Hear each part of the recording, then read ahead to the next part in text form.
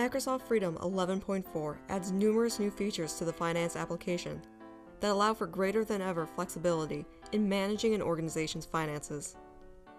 In this video, we'll cover two important features: deferred revenue and batch workflow.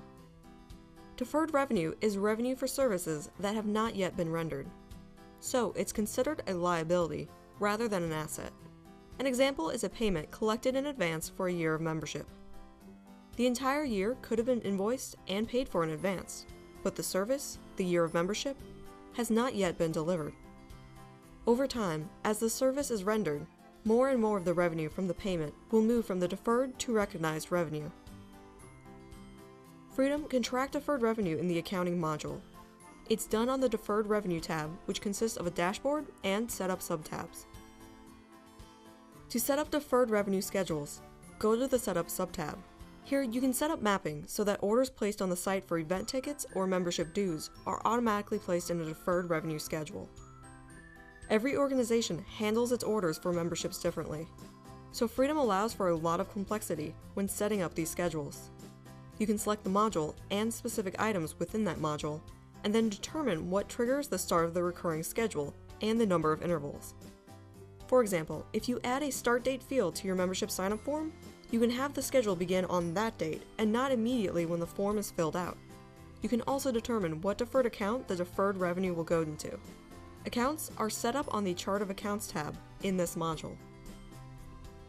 The Dashboard tab shows each order that generated deferred revenue.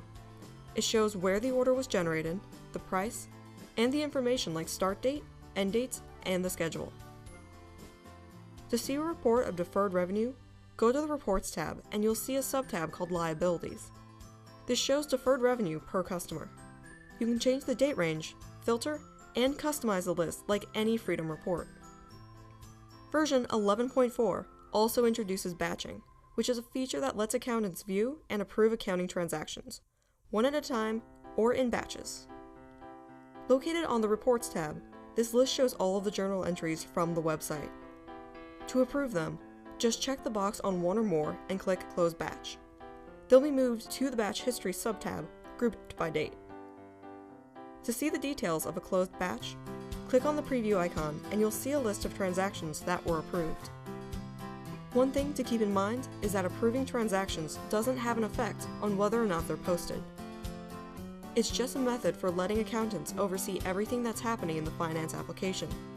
Orders and payments still process whether or not they are approved.